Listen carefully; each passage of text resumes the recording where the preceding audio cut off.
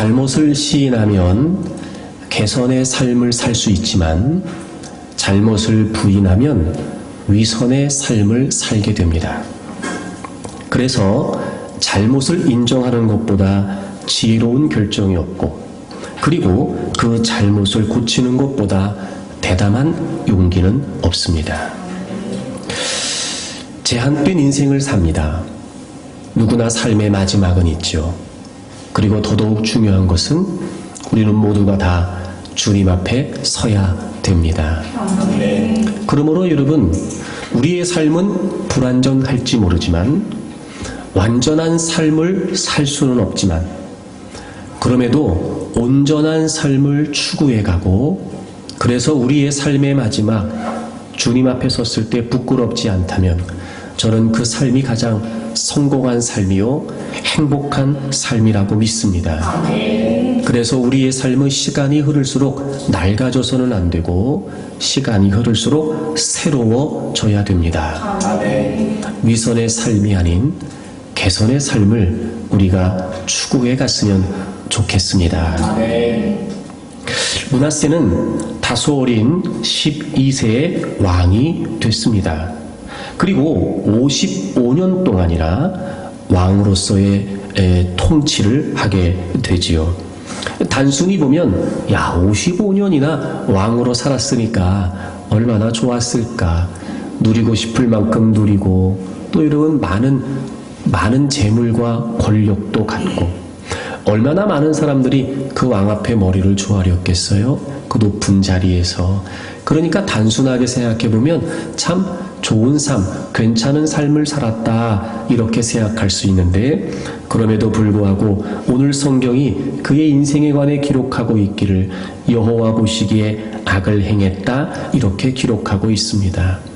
여러분, 우리에게 시사해 주는 바가 크지요. 늘 우리는 항상 우리의 삶에 있어서 하나님 보시기에 어떤 삶인지에 관해 염두에 두어야 된다는 겁니다. 사람들이 보기에는 괜찮다 말할 수 있고, 누군가는 내가 사는 삶을 부러워할 수도 있어요. 그래서 우리가 좋은 삶, 잘 사는 삶이라고 얘기할 수 없습니다. 과연 하나님 보시기에 어떠할까? 더더군다나 그 밑에 므낫세에 관해 소개하면서 그의 아버지가 히스기야였다라고 기록하는 걸 보면 정황상 우리가 분명히 알 수 있는 건, 그렇기 때문에 므낫세는 하나님을 모를 리가 없었던 거예요. 적어도 아버지 히스기야의 신앙을 우리가 생각해 본다면 그는 어려서부터 아버지 신앙의 모습을 분명히 봤을 거예요. 하나님을 모르지 않았던 므낫세가 하나님 보시기에 악을 행했다는 겁니다. 그러니 므낫세가 저지른 악행은 단순히 악행 이상의 의미를 갖고 있다는 걸 성경이 우리에게 알려주는 거죠. 어쩌면 오늘을 살아가고 있는 우리에게도 하나님께서 이 므낫세의 모습을 통해 질문하시는 건 아닐까. 지난주에 우리가 함께 므낫세가 어떤 악을 행했는지를 살펴보면서 제가 그런 말씀을 드리기도 했습니다만, 므낫세의 이야기를 보고 있는데 어쩌면 그렇게 나의 이야기 같은지, 므낫세의 모습을 볼 때마다 이건 나의 모습과 다르지 않다 느껴지지는 않으셨는지요? 여러분, 하나님을 모르지 않는 우리가 과연 하나님 보시기에 어떻게 살고 있는지 말입니다. 지난 시간에 므낫세가 하나님 보시기에 행한 악의 모습을 4가지로 여러분과 함께 나누었습니다. 첫째는 뭐였냐면 그가 하나님 백성으로서의 정체성을 잃어버렸다는 거예요. 하나님의 백성이라면 하나님께 속해 있기 때문에 당연히 하나님의 백성다운 모습으로 살아야 했는데 그는 이방 사람들의 가증한 일을 본받아 살게 되었습니다. 여러분, 우리가 하나님 백성이라는 건 세상에 살고 있지만 하나님께 속한 사람으로서 우리는 여러분 세상을 따르면 안 된다는 거였습니다. 그러니까 늘 우리는 하나님 백성으로서의 정체성을 잃지 말았어야 했던 겁니다. 두 번째, 므낫세가 행한 악이 뭐였냐면 하나님의 백성으로서의 목적을 상실했다는 거였습니다. 그가 우상 숭배를 행했는데요. 심지어 하나님의 전에서 말입니다. 근데 재밌는 사실은 성경을 보게 되면 그 하나님의 전이 어떤 의미인지에 관해 성경이 자세히 기록하고 있었다는 거예요. 하나님의 이름을, 거룩하게 구별된 하나님의 이름을 둔다. 이런 의미가 바로 성전이었다는 거거든요. 당시의 성전은요, 하나님만을 위한 공간이었습니다. 그곳은 하나님이 계시다라고 그렇게 여겨졌던 곳이었죠. 그런데 므낫세가 그곳에서 우상을 위해 제단을 쌓고 성전들의 신상들을 세워놨다니 말입니다.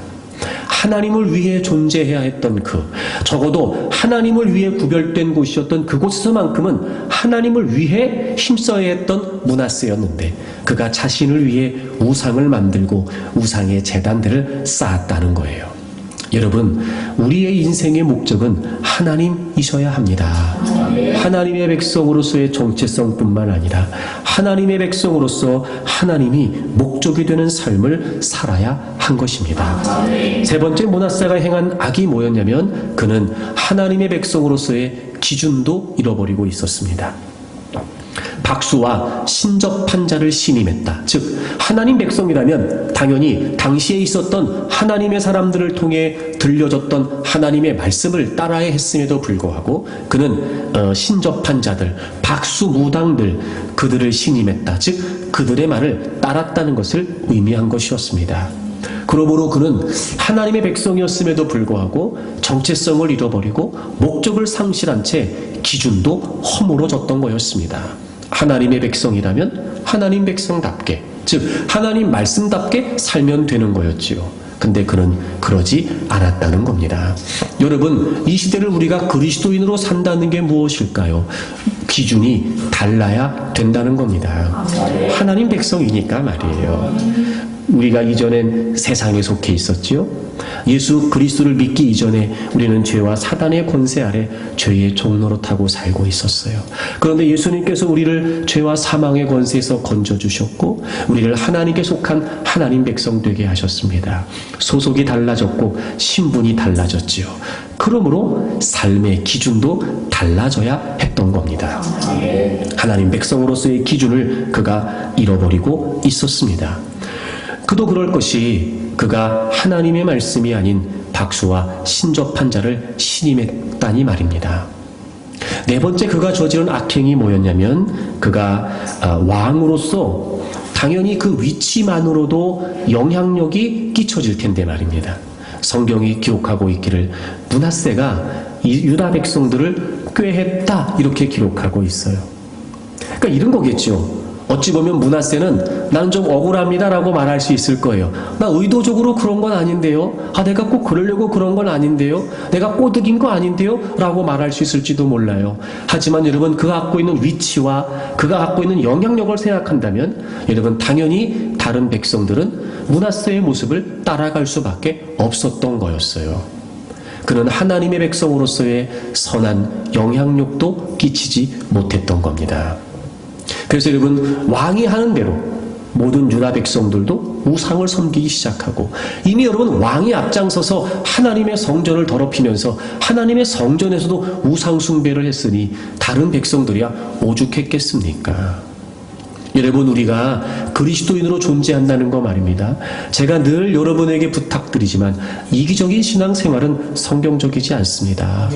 우리는 이 세상에서 하나님의 사람으로 존재하면서 하나님의 선한 영향력을 그리고 하나님의 거룩한 영향력을 끼치는 존재가 돼야 합니다. 이렇게 므낫세는 네 가지 큰 악행을 저지르게 된 거였어요.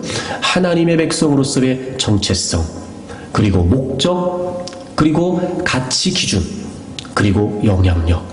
이 네 가지를 그는 다 놓치고 있었던 거였습니다. 사랑하는 여러분, 오늘 그리스도인으로 살고 있는 우리의 신앙은 어떠합니까?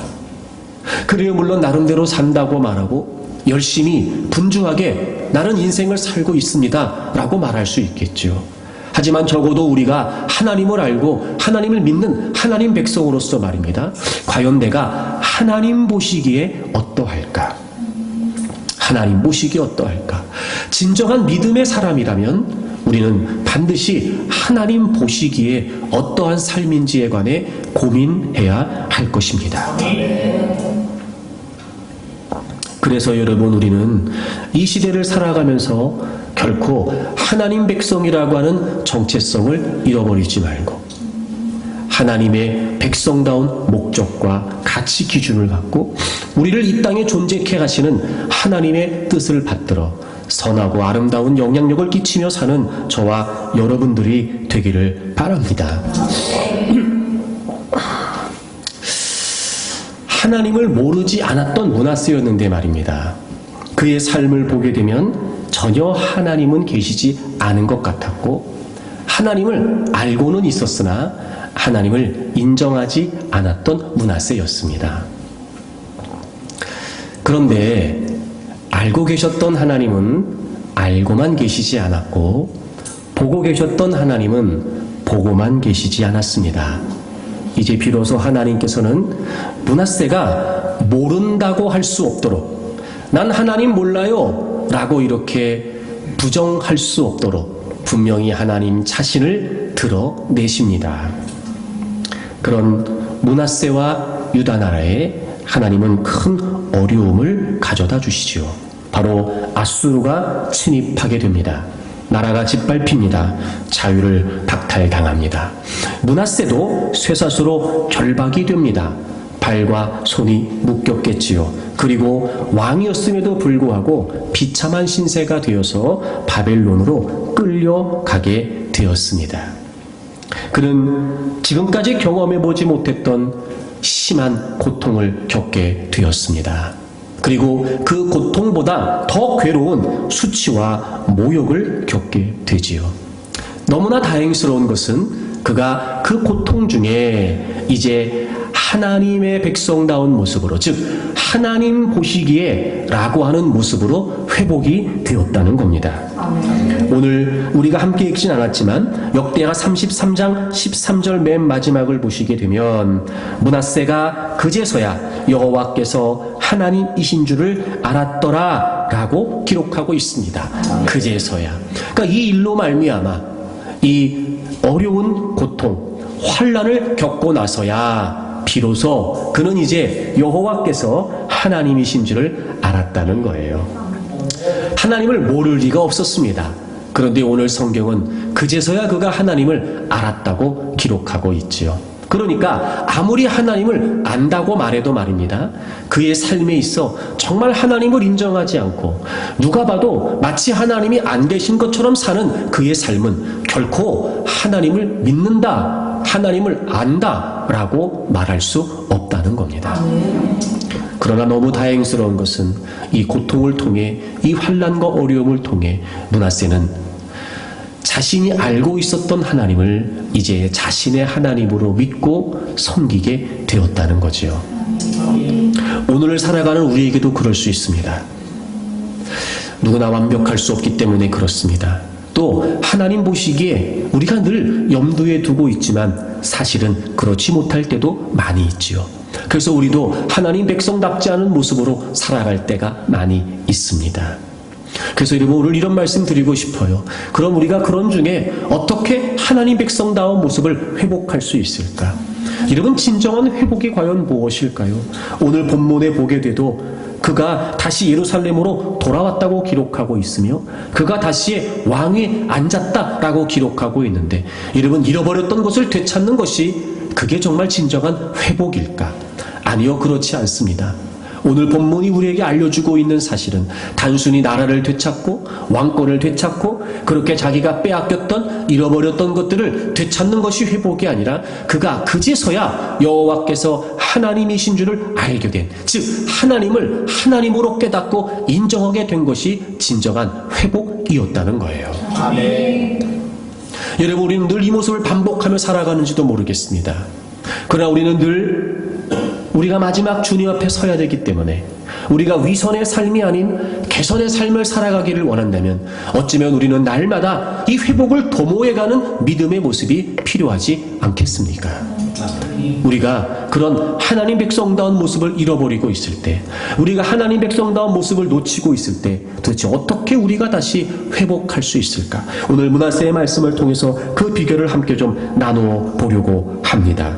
역대하 33장 12절을 보시게 되면 그가 환난을 당하여 그의 하나님 여호와께 간구했다 이렇게 되어 있습니다. 그리고 그의 조상들의 하나님 앞에 크게 겸손하여 기도했다 이렇게 성경이 기록하고 있어요. 그리고 하나님이 그의 기도를 받으시고 그의 간구를 들으셨다라고 성경이 기록하고 있습니다.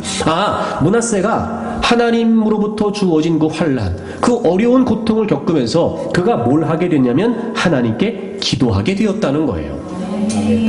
여호와께 간구했다, 겸손하게 기도했다 이렇게 되어 있고, 하나님은 그의 기도를 들으셨으며 그리고 그 기도 가운데 그는 하나님을 만나게 되었고, 그제서야 여호와께서 하나님이신 줄을 알게 되었다는 겁니다. 여러분, 그렇습니다. 회복의 시작은 뭐냐면 바로 우리가 어떤 모양, 어떤 자리, 어떤 모습으로 있든지 간에 그건 관계없습니다. 어디든지 간에 어떤 모습이든지 간에 우리가 하나님께 기도하게 되면 기도하는 자리가 바로 회복의 자리가 된다는 거죠. 그런데 오늘 성경은 이 므낫세의 기도에 관해 우리가 좀 놓치지 말아야 될 몇 가지를 알려주고 있습니다. 특별히 그가 하나님 여호와께 간구했다라고 하는 이 간구한다라고 하는 말이 어떤 의미인가 찾아봤더니 얼굴을 구했다 이런 뜻이더라고요. 얼굴을 구했다. 다시 말하면 하나님을 향했다는 거예요. 그의 이전의 삶은 어떤지 우리가 살펴봤습니다. 하나님을 향했다라든지 또 하나님을 바라봤다든지 전혀 그런 삶이 아니었습니다. 그런데 그가 고통과 환난을 겪으면서 하나님께 기도했는데 그의 기도가 어떤 기도였냐면 단순히 이 고통에서부터 이 문제에서부터 벗어나게 해주세요 이런 차원의 기도가 아니었고요. 그의 기도는 어떤 기도였냐면 비로소 그가 이제 하나님을 향하기 시작했다는 거예요. 뭐 이런 거 아닐까요? 그런 고통의 현장에서 하나님이 기억되기 시작했던 거예요. 그 어려운 환난의 자리에서 하나님이 계셨지. 그렇게 그가 하나님을 떠올리기 시작했던 거죠. 그러면서 그가 간구했어요. 즉 하나님의 얼굴, 하나님의 존재, 그 하나님의 실존을 그가 비로소 깨우쳐가기 시작했다는 겁니다. 아멘. 그리고 놓치지 말아야 될 사실이 또 하나 있습니다. 그의 조상들의 하나님 앞에 크게 겸손했대요. 여러분, 지금 므낫세에 관해 1절부터 시작하면서 처음 나오는 표현이에요. 하나님 앞에, 하나님 앞에, 하나님 앞에. 그러니까 지금까지 므낫세의 모습은 하나님 앞에가 아니었어요. 그러니 그가 하나님을 모르지 않았으나 하나님 보시기에 악을 행했던 거예요. 근데 이런 어려움을 통해서 그가 비로소 누구 앞에 지금 서게 된 거예요? 하나님 앞에, 하나님 앞에. 영어 성경을 보게 되니까 정말 하나님 앞이다 이렇게 되어 있더라고요. 하나님 앞, 하나님 앞. 그러니까 지금 므낫세의 기도가 어떤 기도인지를 우리에게 알려주고 있어요. 그리고 하나님 앞에 크게 겸손했다 이렇게 되어 있죠. 여러분이 겸손했다라는 단어를 찾아봤더니 이게 무슨 뜻이냐면 굴복했다 이런 뜻이더라고요. 굴복했다, 굴복했다. 그러니까 그동안은 하나님을 모르지 않았으나 어찌 보면 므낫세는 하나님과 맞섰던 거예요. 그도 그럴 것이 하나님을 모르지 않았던 그가 이방인의 가증한 일을 본받고 심지어 하나님의 성전에 제단을 쌓고, 여러분 그러면서 그가 하나님에 관해 생각을 1도 안 했을까? 그럴 리가 없었어요. 그때마다 그가 돌이키기는커녕 그의 악은 점점 더 심해졌던 거지요. 즉 하나님과 맞서고 하나님과 대적하고 하나님 백성이었으나 하나님 보시기에 전혀 선한 모습으로 살지 않았어요. 근데 비로소 이 어려운 환난의 현장에서 그가 하나님 앞에 굴복한 거예요. 비로소 하나님을 인정하게 됐고, 그래서 하나님을 깨우치게 됐으며, 결국 이 표현은 그가 하나님을 하나님으로 인정하게 되었다는 거예요. 그래요, 여러분. 기도는 회복의 시작입니다. 근데 여러분, 우리가 늘 놓치지 말아야 될 사실이 그냥 기도했다, 이게 중요한 게 아니에요. 어디서 얼마나 어떠한 자세로 기도했는가, 물론 여러분 기도하는 사람이라면 그것조차 놓쳐서는 안 될 것입니다. 그럼에도 불구하고 기도의 중요한 본질은 그것이 아니라는 거예요. 도대체 우리가 기도할 때 무엇을 위해 기도하냐는 거지요. 즉 우리가 왜 기도하냐는 거예요. 여러분, 오늘 므낫세의 기도는 분명히 우리에게 알려주고 있습니다. 회복을 위한 기도. 잃어버렸던 것을 되찾을 뿐만 아니라 그가 알고 있었으나 인정하지 않았던 하나님을 정말 대면하고 그 하나님을 깨우치게 됐던 그의 기도 말입니다. 그의 기도의 중심은, 초점은 하나님이셨던 겁니다. 아멘. 그 상황 자체가 하나님을 떠올리지 않으면 안 되게 했을지도 몰라요. 그 어려운 형편 속에서 그는 어릴 때부터 보아왔던 아버지 하나님에 관해 생각하지 않을 수 없었는지도 모르지요. 그러면서 그는 지금 하나님 앞에 그 모습 그대로 서게 되었던 거예요. 그리고 그는 하나님을 인정하고 하나님을 깨우치고 하나님을 보게 되었던 겁니다. 그렇습니다, 여러분. 우리가 실패할 수 있고 실수할 수 있습니다. 하나님의 백성이지만 정말 우리가 원하든 원하지 않든 때로는 내가 돌아서서 후회하는 그런 하나님이 보시기에 아름답지 못한 모습으로 살아갈 수도 있습니다. 하지만 여러분, 반드시 우리는 위선의 삶이 아니라 개선의 삶을 도모해 가야 됩니다. 왜냐하면 우리의 인생은 제한되어 있고 우리 인생을 마치면 주님 앞에 서야 되기 때문에 그렇습니다. 아멘. 비록 지금은 우리에게 피부에 와닿지 않을 수도 있습니다.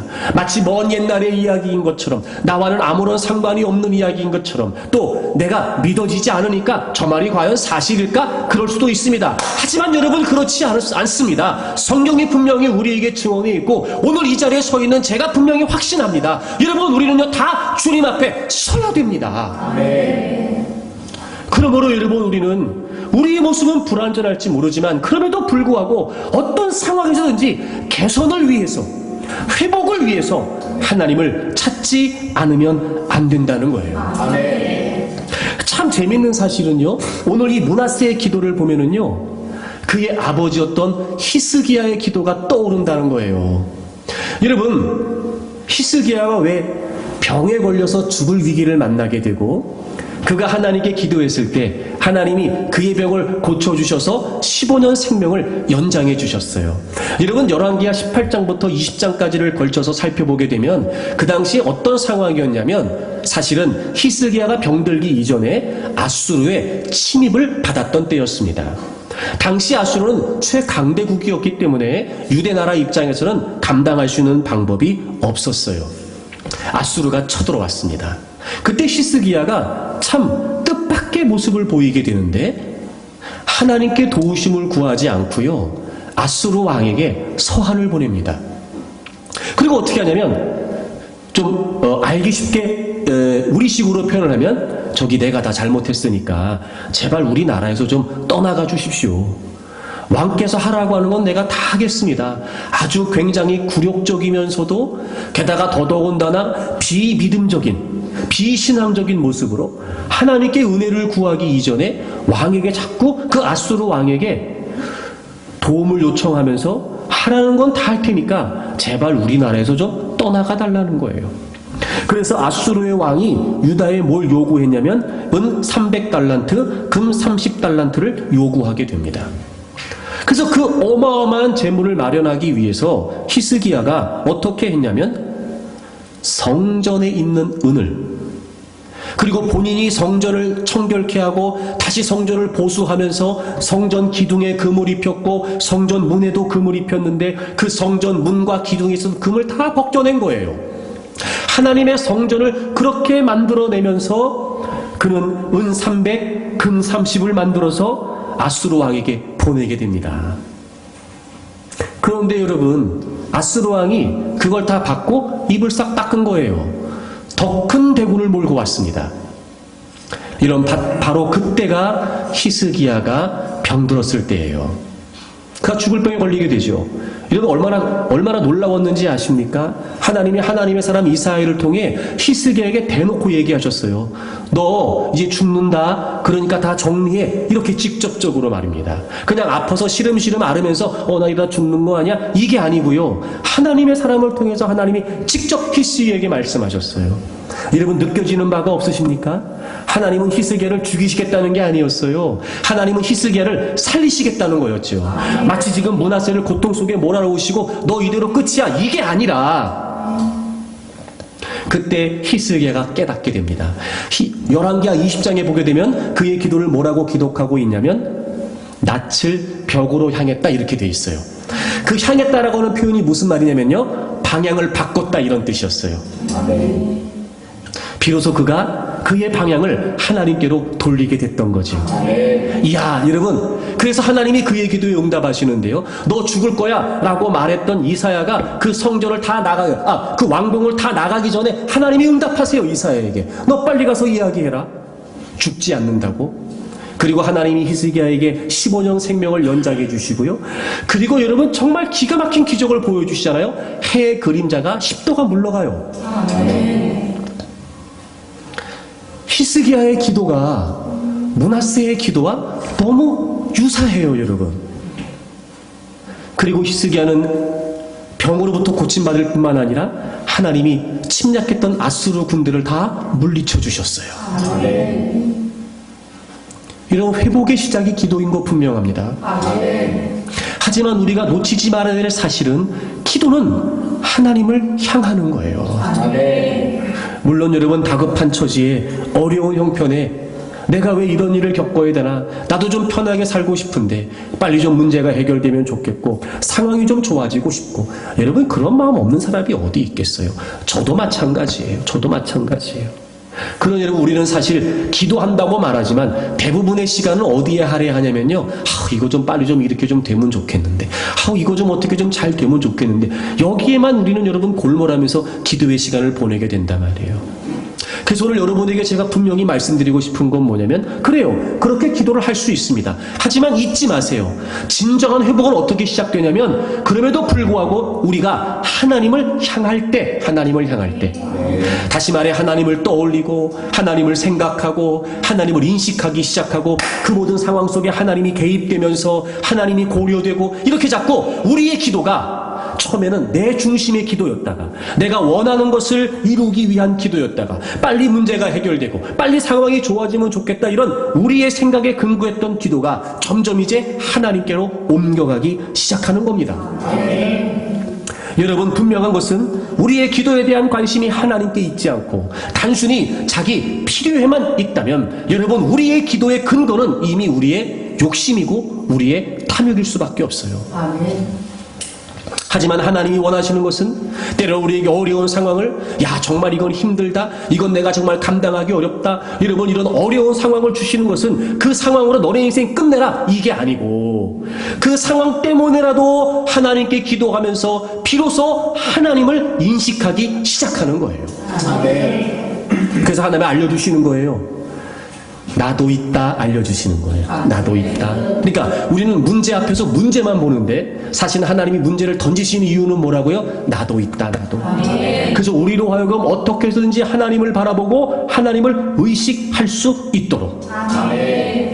그래서 여러분, 진정한 기도는 하나님을 향하고 하나님을 바라보는 거예요. 성경을 읽다가 이건 정말 우리의 모습과도 유사하겠다 싶은 그런 생각이 드는 대목이 있었어요. 기도에 있어서 말이죠. 여러분, 에스겔 14장을 좀 찾아보시겠어요? 1절부터 보시면, 이스라엘 장로 두어 사람이 나와 내 앞에 앉았어요. 나는 에스겔이죠. 그러니까 이스라엘 장로들이 에스겔 앞에 나온 거예요. 적어도 하나님의 사람 앞에 있다는 건 어떤 일에 관해 이제 대신해서 하나님께 묻겠다는 거였거든요. 그러니까 우리식으로 표현하면 일종의 기도와도 같은 모습인 거예요. 하나님의 사람 앞에 나왔어요. 근데 그때 하나님이 에스겔에게 이렇게 말씀하세요. 3절 보세요. 인자야, 에스겔이에요. 이 사람들이, 즉 그 에스겔 앞에 왔던 그 장로 두세 사람 말입니다. 자기 우상을 마음에 들이며 죄악의 걸림돌을 자기 앞에 두었으니 그들이 내게 묻기를 내가 조금인들 용납하랴. 여러분 보세요. 여전히 우상을 숭배하면서 어떤 일인지는 모르겠지만 무언가에 관해 하나님께 묻기 위해 지금 하나님의 사람을 찾아왔다는 거예요. 그러니까 하나님은 지금 그 에스겔을 찾아온 이스라엘 장로 두어 사람이 어떤 마음인지를 알고 계셨던 거예요. 여전히 우상을 섬기고 있으면서, 우리식으로 표현하면 아쉬우니까 하나님 찾아온 거예요. 여전히 우상을 섬기고 있으면서 선지자를 찾아와 하나님의 뜻에 관해 지금 묻고 있다는 거죠. 4절을 보세요. 그런즉 너는 그들에게 말해라. 나 주 여호와가 말하노라. 이스라엘 족속 중에 그 우상을 마음에 들이며 죄악의 걸림돌을 자기 앞에 두고 선지자에게로 가는 모든 자에게 나 여호와가 그 우상의 수요대로 보응하리니 이는 이스라엘 족속이 다 그 우상으로 말미암아 나를 배반하였으므로 내가 그들이 마음먹은 대로 그들을 잡으려 함이라. 여러분, 이게 무슨 의미일까요? 적어도 하나님께 물으러 나왔다면 하나님에 대한 바른 태도가 있어야 되는 거였어요. 적어도 하나님께 여쭙기 위해 하나님을 찾는다면 여러분, 하나님 앞에 겸손한, 정말 하나님의 뜻을 구하기를 원하는 마음이 있어야 되는데, 이들은 지금 우상을 섬기면서도 마치 자신들이 하나님의 뜻을 구하는 것처럼 하나님의 사람 앞에 나와 하나님께 묻는다는 거예요. 하나님 보시기에 이건 굉장히 불순한 태도였으며, 여러분, 하나님 보시기에 마음은 우상이 가득한데 그 어떤 일에 관해 하나님이 과연 어떻게 하실까요? 라고 하는 사실을 물으러 나왔다는 사실은 여러분, 그건 하나님을 모욕하는 일이었다는 거예요. 하나님이 그걸 그대로 놔두시지 않겠다는 거예요. 우상의 수요대로 보응하시겠다. 그리고 하나님 말씀하세요. 그들이 우상으로 말미암아 나를 배반했다는 거예요. 이런, 비록 우리는 지금 난 하나님을 예배합니다. 우리가 비록 지금은 여러분 무슨 뭘 만들어 놓고 우린 그거 숭상하지 않습니다 라고 말할지 모르지요. 하지만 여러분, 우리 안에 얼마나 하나님 이외에 많은 우상들이 가득한지요. 누구에게는 물질이 우상이기도 하죠. 누구에게는 성공이 우상이기도 합니다. 누구에게는 관계가 우상이기도 하고 누구에게는 건강이 우상이기도 해요. 이런 겁니다. 하나님을 섬긴다는 건 하나님 그분이 이유가 돼야 되는데 내가 원하는 그 무엇이 있고 그것 때문에 하나님을 찾는 거예요. 여러분, 우리의 기도가 단순히 상황 때문이고 필요 때문이고 우리가 바라는, 만약에 그것 때문에 우린 하나님의 이름을 빌려 기도하는 거라면 정작 우리의 마음은 하나님이 아니고 우리가 원하는 그 무엇들이라면, 여러분, 우리가 하나님 앞에 있는들, 우리가 하나님께 기도한다고 한들 지금 에스겔 14장에 나와 있는 이 모습과 너무 유사하지 않냔 말이에요. 마음엔 하나님이 없는데 내가 원하는 바가 있고 필요한 바가 있고 또 우리는 우리의 미래에 관해 늘 불안해하니까 뭔가를 알고 싶은 게 있어서 마음엔 하나님이 없는데 그저 하나님 앞에 나와 하나님께 묻습니다. 하나님께 여쭙습니다. 라고 하는 거, 그거 하나님이 기뻐하시지 않는다는 거죠. 제가 여러 번 말씀드린 적도 있지만, 그래서 기도는요, 문제 이전에 하나님이십니다.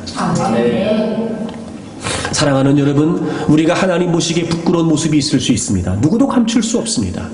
하지만 그럼에도 불구하고 우리는 끊임없이 하나님 보시기에 아름다운 삶을 살기 위해 개선을 도모하고 회복을 시도해야만 합니다. 아멘. 기도가 필요합니다. 아멘. 어떻게 기도해야 되냐면 그 기도의 자리에서만큼은, 하나님하고 내가 대면하는 그 기도의 자리에서만큼은 적어도 하나님을 인식하고, 내가 왜 그랬을까? 이 하나님이 나에게 계신데, 문제보다 더 크신 하나님, 언제나 변함없이 나와 함께 하시는 하나님, 나를 건져주시고 하나님 자녀 삼으시고 여기까지 나를 이끌어주신 하나님이 계신데 왜 내가 하나님을 잊고 살았던 걸까? 내가 다시 하나님을 인식하기를 원합니다. 내가 다시 하나님을 알게 되기를 원합니다. 하나님, 제가 저 길에서 돌이킬 수 있을 만큼 하나님이 나에게 강한 이유가, 강한 동기가 되기를 원합니다. 아멘. 하나님, 제가 비록 고통 가운데 있으나 하나님, 제가 하나님을 경험하기를 원합니다. 하나님 갈망합니다. 하나님 열망합니다. 므낫세가 그렇게 기도했던 것처럼 하나님을 향하고 하나님께 굴복하게 된다면 여러분, 그 자리가 우리에게는 회복의 자리가 되리라고 믿습니다. 그렇게 우리가 하나님을 깨닫게 되고 그렇게 우리가 하나님을 알게 되면 여러분, 비로소 우리의 인생은 새로운 인생이 시작될 수 있겠지요. 혹이나 지금 여러분 힘겹고 어려운 문제 때문에 고민하고 이거 정말 기도해야 될 일이다 라고 생각되십니까? 여러분, 하나님이 원하시는 건 그 상황 자체에 마음을 두는 것이 아니라 잃어버렸던 하나님을 향한 우리의 마음을 그 기도의 자리에서 다시 되찾기를 원하시는 겁니다. 아멘. 여러분 하나님께 집중하십시오. 아멘. 하나님을 바라보기 위해 더 힘쓰십시오. 아멘. 그리고 하나님께만 마음을 두기 위해 애쓰십시오. 아멘. 우리의 기도의 자리가 하나님을 찾는 자리가 되고 우리의 기도의 자리가 하나님을 주목하는 자리가 되고 돌아섰던 하나님께로 다시 돌이키는 자리가 될 수 있다면 하나님은 우리가 하나님을 떠나 하나님 보시기에 악을 행했던 그 삶에서 돌이킬 수 있도록 우리가 하나님께 돌이키게 되면 하나님은 우리가 그 삶에서 돌이킬 수 있도록 도와주시리라고 믿습니다. 아멘. 날마다 하나님 보시기에 아름다운 선한 삶을 사는 여러분들이 되시기를 바랍니다. 그리고 또 하나 므낫세가 회복을 도모해가는 과정에 여러분 분명하게 나타나는 모습이 있었습니다. 먼저 다시 본문으로 돌아오셔서 역대하 33장 10절을 먼저 보시게 되면 여호와께서 므낫세와 그의 백성에게 이르셨으나 그들이 듣지 않았다 이렇게 되어 있었어요. 그러니까 므낫세가 악을 행하는 과정 가운데 하나님은 하나님의 사람들을 통해서 하나님께서 말씀으로 그를 고치시려고 했어요. 열왕기하에 보면 분명히 하나님이 하나님의 사람들을 통해 므낫세와 유다 백성들에게 말씀하신 대목이 나옵니다. 뭐 이런 거겠죠. 너네 그러면 안 된다. 그건 악이다. 그리고 하나님이요 그들의 악여간에 뭐라고 말씀하시냐면 반드시 징계하시고 보응하시겠다는 사실을 언급하세요. 그러니까 그러지 말라는 거거든요. 이제 멈추라는 거였어요. 근데 므낫세가 그 말을 듣지 않았던 거예요. 그래서 그는 이제 더 심한 고통을 나라를 잃고 왕권을 빼앗기는 그런 아주 심각한 위기를 그가 고통을 만나게 되었던 거예요. 근데 그가 기도하면서 비로소 하나님을 만나게 되죠. 그래서 하나님을 하나님이신 줄 알게 됐어요. 그리고 달라진 모습이 뭐냐면 15절을 보세요. 15절 이방신들과 여호와의 전의 우상을 제거해요. 여호와의 전을 건축한 사내와 예루살렘에 쌓은 모든 제단들을 다 성 밖에 던졌어요. 여호와의 제단을 보수했어요. 여러분 하나님의 성전 안에서 우상의 제단을 쌓았다 그랬잖아요. 다시 여호와의 제단으로 보수했다는 거죠. 그리고 화목제와 감사제를 그 하나님의 제단 위에 드렸어요. 그리고 이제는 자신이 했던 그런 악한 영향력을 그가 알고 있었기에 유다 모든 백성들에게 명령해서 이제부터는 이스라엘 하나님 여호와를 섬기라고 했어요. 그랬더니 이제 백성들도 그 하나님 여호와께 제사를 드리게 되었다는 거예요. 여러분 이전에 행했던 악의 모습과 지금 너무 많이 달라졌어요. 그가 기도를 통해 하나님을 만나게 됐죠. 그제서야 여호와께서 하나님이신 줄을 알게 됐어요. 그리고 이렇게 나타난 변화의 원인이 뭐였을까? 분명히 10절에 그가 이전엔 하나님 말씀을 듣지 않았다는 거예요. 근데 이제 이렇게 했다는 건 무슨 말이에요? 하나님 말씀을 들었다는 거죠. 들었다는 거예요. 여러분 회복의 시작은 기도입니다. 그래서 우리가 하나님을 알게 되고 하나님을 인정하게 되고 그래서 이제 하나님을 깨달아 그래 내가 이러면 안 되겠다. 내가 이러면 안 되지. 하나님이 계신데 내가 하나님의 사람인데 하나님 보시기에 내가 이렇게 살 수 없지. 그리고 깨달았어요. 그럼 이제 어떻게 살아야 돼요? 말씀대로요. 말씀을 듣지 않았던 므낫세가 그렇게 심한 악을 행했던 것과 달리 이제 하나님을 알게 되고 하나님을 인정하면서 그는 말씀을 듣게 된 거예요. 그리고 말씀을 들으니까 이전과는 달리 아 이건 하나님이 원하시지 않는 거였구나. 그리고 하나님이 말씀하신 대로 그는 모든 우상들을 척결하게 되고 제거하게 되고 무너뜨리게 되고 하나님의 성전을 다시 청결케 하고 그리고 그 하나님의 성전에서 하나님을 위해 제단을 쌓고 하나님을 위해 예배를 드리게 되었다는 거예요. 여러분 회복의 시작이 기도였다면 여러분 회복의 과정은 반드시 말씀이어야 돼요. 사실 여러분 우리가 하나님 보시기에 악을 행했다. 여러분 이게 무슨 말이겠어요? 그건 하나님의 말씀을 어겼다는 거겠죠. 하나님 보시기에 여러분 이 말이 무슨 말이에요? 우리가 하나님에 관해 어떻게 알 수 있지요? 하나님의 말씀으로 알 수 있어요. 하나님이 어떤 분이신지, 하나님이 무엇을 원하시는지, 하나님께서 무엇을 기뻐하시는지, 하나님께서 무엇을 싫어하시는지, 하나님의 생각은 무엇인지 우리가 어떻게 알 수 있어요? 하나님의 말씀대로 알 수 있어요. 하나님 말씀을 통해서만 알 수 있습니다. 하나님의 말씀이 우리에게 있고 우리가 말씀을 생각하고 고민하고 그러면 성령님께서 말씀을 깨닫게 하시고 우리 안에 하나님 말씀을 깨달을 수 있는 은혜를 허락해 주심으로 말미암아 아 하나님이 이걸 원하시는군요. 아 이렇게 살도록 하나님이 하셨군요 라고 하는 사실을 우리가 말씀을 통해 깨닫게 되죠. 그러니까 이미 우리가 하나님 보시기에 악을 행했다는 건 무슨 말이에요? 하나님의 말씀에서 벗어나 있다는 거예요. 그럼 회복이 무슨 말이겠습니까? 다시 하나님의 말씀으로 돌아오는 거예요. 제가 누차 여러분에게 말씀드리고 강조했어요. 여러분 진짜 회복은 뭐냐? 우리가 다 말씀 앞으로 돌아오는 거예요. 말씀 앞으로 돌아오는 거예요. 근데 여러분, 이 시대가 점점 하나님의 말씀의 가치, 하나님의 말씀의 중요성, 아니 분명하게 제가 말씀드리고 싶은 건 하나님의 말씀의 절대성을 다 잃어버렸습니다. 제가 한번 그런 말씀 드린 적도 있는데, 이 시대를 살아가는 모든 그리스도인들에게 가장 외면받고 있는 게 말씀이에요. 사실 우리가 하나님 백성으로서 하나님 보시기에 라고 하는 의식이 있다면 우리는 어떻게 해서든지 하나님의 말씀을 알려고 해야 되고, 배우려고 해야 되고, 들으려고 해야 되고, 깨달으려고 해야 되고, 하여튼 어떻게 해서든지 하나님 말씀에 열심을 가져야 돼요. 근데 우리가 그걸 다 잃어버렸어요. 물론 나름대로 우리가 살아야 되기 때문에 이유는 다 있겠죠. 요즘은 더 그러실 거예요. 점점 여러분 살기 어려워지는 시대에, 아이고 지금 먹고 살기도 바쁜데 어떻게 하나님 말씀을 그렇게 오랜 시간 붙들고 있고, 목사님 말씀처럼 나는 목사도 아닌데 어떻게 내가 하나님 말씀을 가지고 그렇게 긴 시간을 생각하고 묵상하고 내가 그런 걸 어떻게 할 수 있습니까? 그럼 반대로 생각해 보세요. 예배를 드리고 말씀을 듣기 위해 나온 우리도 조금이라도 설교가 길어지거나 조금이라도 설교가 여러분 내 생각에 맞지 않거나 어렵다 느껴지면 사실 여러분 잘 들으려고 하지 않는데, 정작 우리가 그런 마음으로 삶의 자리에 있다면 말씀을 펼치기나 할까, 읽으려고는 할까, 들으려고는 할까, 생각하려고는 할까. 그리고 결국 우리는 믿음으로 산다고 말하지만 정작 우리의 말은 허구일 뿐이고 모순일 뿐이죠. 저는 그렇게 생각해요. 여러분이 하나님 말씀대로 살려고 하는 의지가 없다 이렇게 생각하지 않아요. 저는 여러분들이 하나님 말씀대로 살려고 하는 마음이 없다, 에이 까짓 거 마음대로 이렇게 생각하지 않아요. 저는요. 근데 문제는 뭐예요? 모른다는 거예요. 모르니까 이것도 아니에요? 날 시험에 들게 하지 마세요. 모르는 거죠 여러분? 난 그렇게 믿고 싶습니다. 사실 그게 맞아요. 잘 모르거든요. 어떻게 해야 될지 모르고, 이 상황에서 도대체 어떻게 하는 거야? 잘 몰라요. 그러면 여러분 이런 거죠. 우리가,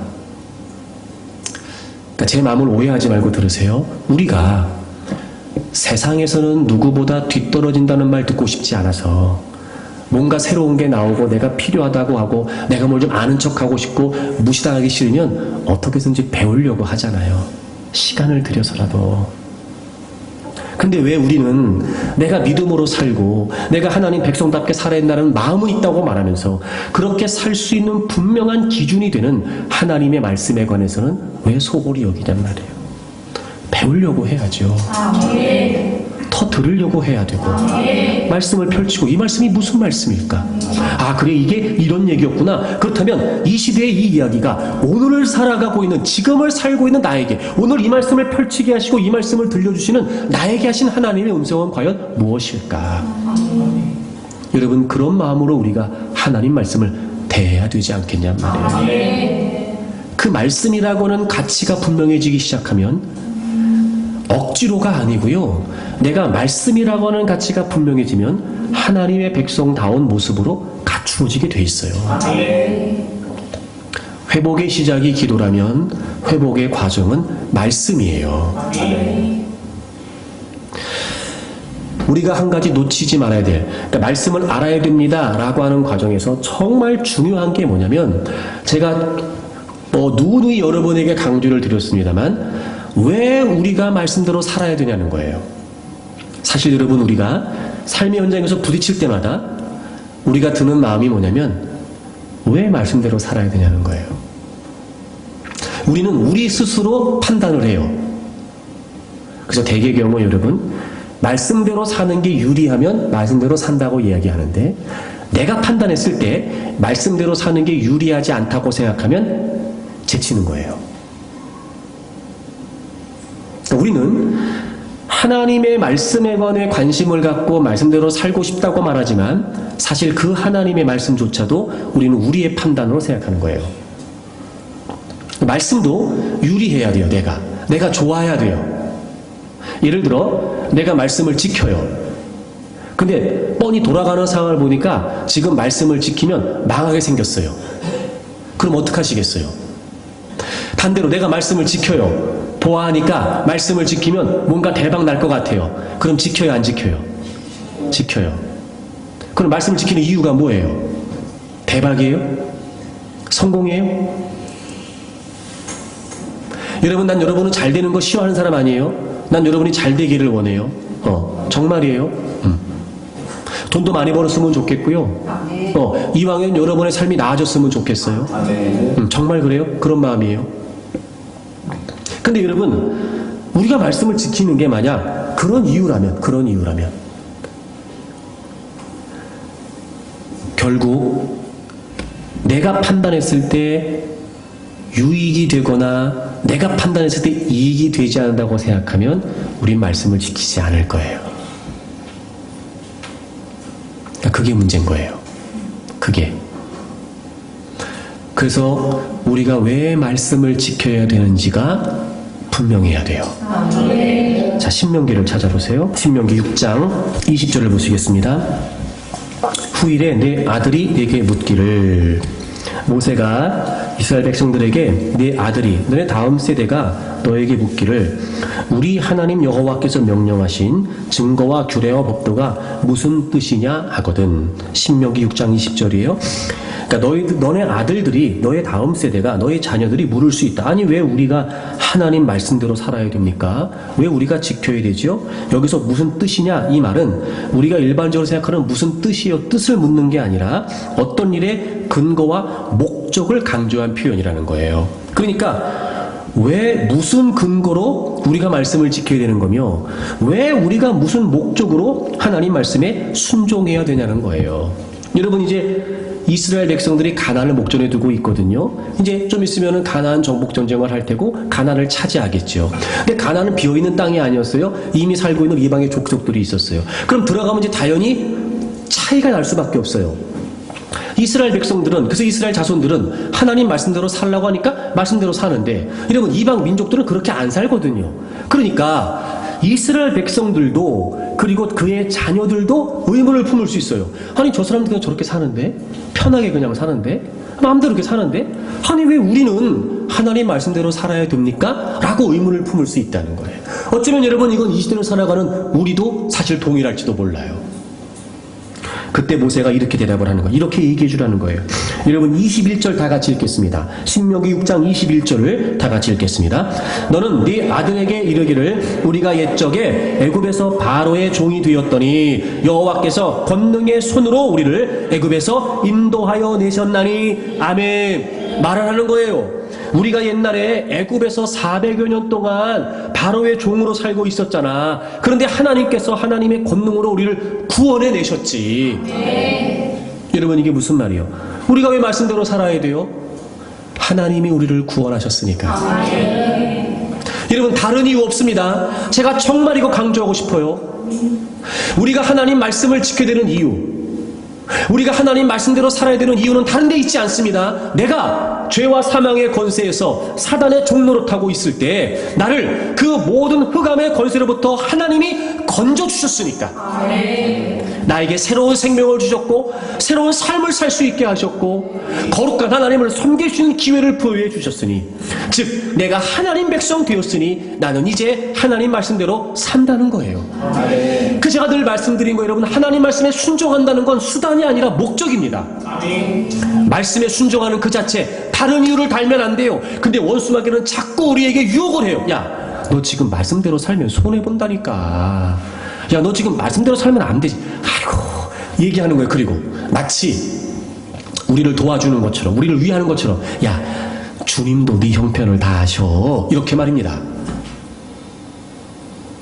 하지만 여러분, 우리가 말씀대로 산다는 건 결코 우리가 어떤 상황에서도 포기할 수 없으며 내줄 수 없는, 내가 구원받은 하나님의 거룩한 백성 되었다라고 하는 자존감입니다. 자존감. 아무리 그렇게 말해도 난 하나님 백성이야. 그러니 내가 이 어마어마한 정체성을, 예수 그리스도의 피값으로 나에게 허락하신 이 크고 위대한 놀라운 그 어떤 것으로도 설명되지 않은 이 분명한 자존감, 나는 이 거룩한 정체성 때문에 나는 말씀대로 사는 거야. 아멘. 조금 어려워도, 조금 불편해도, 조금 못 가져도, 야, 원수마귀야, 내가 그렇다라고 하여 하나님 백성이라는 정체성을 내가 포기할 것 같아? 내가 굶어 죽어도 나는 하나님 백성으로 살란다. 이렇게 말입니다. 이렇게 말입니다. 그런데 그 이외의 이유가 붙으면 결국은 다 넘어지게 돼 있어요. 사랑하는 여러분, 우린 끊임없이 회복을 도모해야 되며 개선을 시도해야 됩니다. 왜? 주님 앞에 서야 되니까요. 때로는 하나님 보시기에 형편없는 모습이 될 수도 있으나 그렇게 끝나지 않습니다. 그래서 우리는 늘 하나님의 말씀을 소개해야 됩니다. 하나님 말씀대로. 그래 여러분, 쉽지 않다는 거 알아요. 어렵다는 거 압니다. 그 길이 얼마나 외로운 길인지 아무도 몰라주거든요. 그 길이 얼마나 좁고 협착한지 나 하나 지나가기도 버겁습니다. 때론 여러분, 많은 사람들이 가는 그 넓은 대로가 편해 보이기도 하고 누구나 꿈꾸는 그 꽃길이 화려해 보이기도 해요. 어차피 한평생 사는 거 나도 한번 멋들어지게 살아보자 까짓거 여러분, 왜 이런 마음이 안 들겠습니까? 어쩌면 늘 우리는 그렇게 살얼음판을 걷고 있는지도 모르지요. 조금이라도 곁눈질을 한다면, 조금이라도 우리의 마음이 한눈을 판다면 여러분, 곁길로 갈 수밖에 없는 우리를 유혹하는 원수마귀의 도전이 도처에 놓여져 있습니다. 하지만 여러분, 잊지 마십시오. 우리가 하나님 말씀대로 산다는 건 하나님의 백성이기 때문입니다. 그런 여러분, 날마다 하나님 백성이라는 정체성을 분명히 하고 다른 이유 생각할 거 없어요. 다른 거에 의미를 둘 거 없습니다. 다른 거에 목적을 둘 거 없어요. 내가 하나님 백성 됐으니까 됐어요. 오히려 지금처럼 이렇게 세상이 더 혼란스럽고 가치관의 혼란이 오고 모든 질서와 모든 가치체계가 무너지고 있는 이 시대에, 그런 여러분, 우리도 과연 이런 중에서 내가 하나님과 세상 사이에, 내가 믿음과 세상 사이에 어떻게 살아야 될까? 여러분, 우리도 혼란스러운 이때에, 그래서 단순히 살겠다고 어정쩡한 위치에 있으면 안 됩니다. 오히려 이럴 때일수록 우리는 색깔을 분명히 해야 됩니다. 확신하십시오.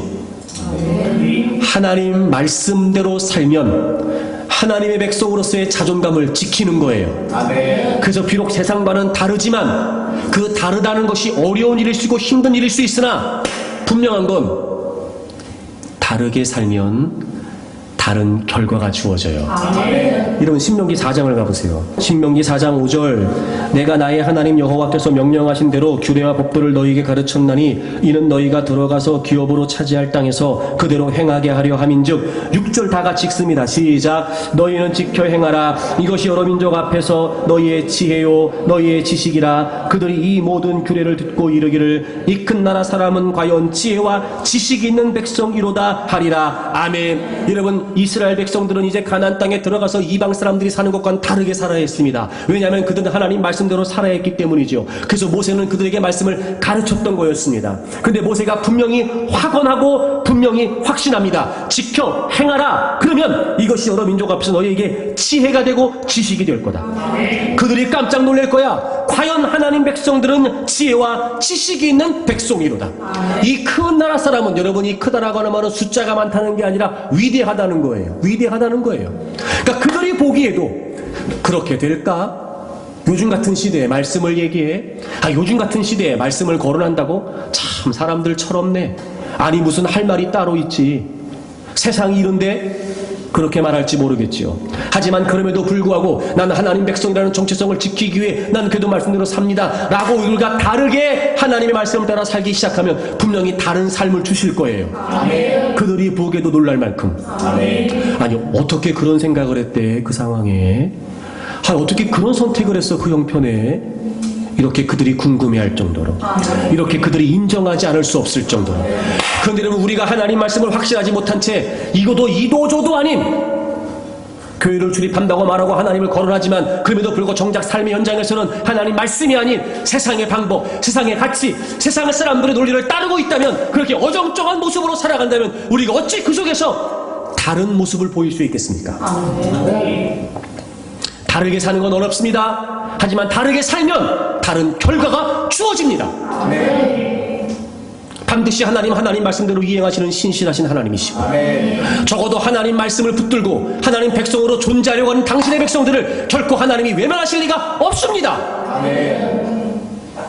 그런 여러분, 우리가 말씀을 생명처럼 여기고 하나님 말씀을 부여잡기 시작하면 반드시 모세가 이스라엘 백성들에게 확신 있게 말하고 있는 것처럼 저도 여러분에게 분명히 말할 수 있습니다. 반드시 여러분의 인생이 달라진다고요. 아멘. 회복의 시작은 기도입니다. 아멘. 회복의 과정은 말씀이지요. 아멘. 회복의 끝이 뭘까요? 우리의 남은 여백을 아름답게 채우는 거예요. 아멘. 그리고 오늘 본문에 뒤이어보게 되면 므낫세가 이후에 행했던 모든 행적을 다 기록했다라고 성경에 기록하고 있습니다. 제가 지난주에 말씀드렸습니다. 우리가 모든 행한 삶은, 우리가 모든 살아온 삶은 하나님께 기억되고 하나님 앞에 기록됩니다. 아멘. 여러분, 지금까지 우리가 하나님 백성이었으나 하나님 보시기에 부끄러운 모습도 있었고 하나님 백성다운 모습이 없었는지도 모르지요. 하지만 여러분, 괜찮습니다. 므낫세는 그게 끝났잖아요. 그리고 죽었어요. 우리에게 기록을 남겨줄 뿐. 하지만 여러분, 우리에게는 아직도 남은 삶의 여백이 있습니다. 아멘. 채워갈 수 있는 여백이 있다고요, 여러분. 역전승 아시죠, 여러분? 후반전의 역전승, 후반전의 역전승. 지금도 늦지 않았습니다. 여러분, 이제부터 여러분의 삶의 남은 여백을 하나님 보시기에 아름다운 삶으로 채워갈 수 있기를 바랍니다. 돌이켜야 됩니다. 그리고 다시는 그렇게 여러분 우를 범하지 않아야 됩니다. 기도하면서 하나님 말씀을 붙들고 이제부터 나는 우리의 남은 삶의 여백을 어떻게 채워갈 수 있을까? 어쩌면 하나님이 오늘 우리를 이 자리에 부르시고 다시 말씀을 듣고 깨닫게 하시는 것은 이제부터라도 우리의 삶의 남은 여백을 아름답게 채우라고 하시는 하나님의 배려가 아닐까요? 어쩌면 오늘 이 말씀을 통해 하나님은 우리에게 묻고 계신지도 모르지요. 자, 이제 내가 너희들에게 다 알려줬어. 하나님 보시기에 아름다운 삶 어떻게 살아야 되는지 내가 너희들에게 알려줬다. 자, 너는 이제 너의 남은 여백을 어떻게 채우기를 원하느냐? 하나님이 물으시는지도 모르죠, 여러분.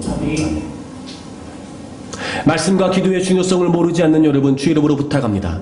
이제 여러분의 남은 여백을 하나님 보시기에 아름다운 삶으로 채우십시오. 아멘. 지금보다 앞으로 인생이 더 가치 있고 아름다운 인생이 되기를. 그리고 마지막 주님 앞에 섰을 때 주님 보시기에 주님이 기뻐하실 수 있는, 주님 보시기에 주님께서 인정하실 수 있는, 여러분 주님 보시기에 주님께서 칭찬하실 수 있는, 아멘. 하나님 보시기에 멋진 믿음의 삶을 살기를 주 이름으로 축복합니다. 아멘.